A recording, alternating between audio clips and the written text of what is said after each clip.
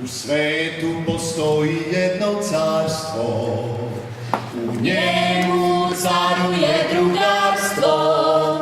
U njemu je sve lepo, u njemu je sve nežno, u njemu se svet raduje. I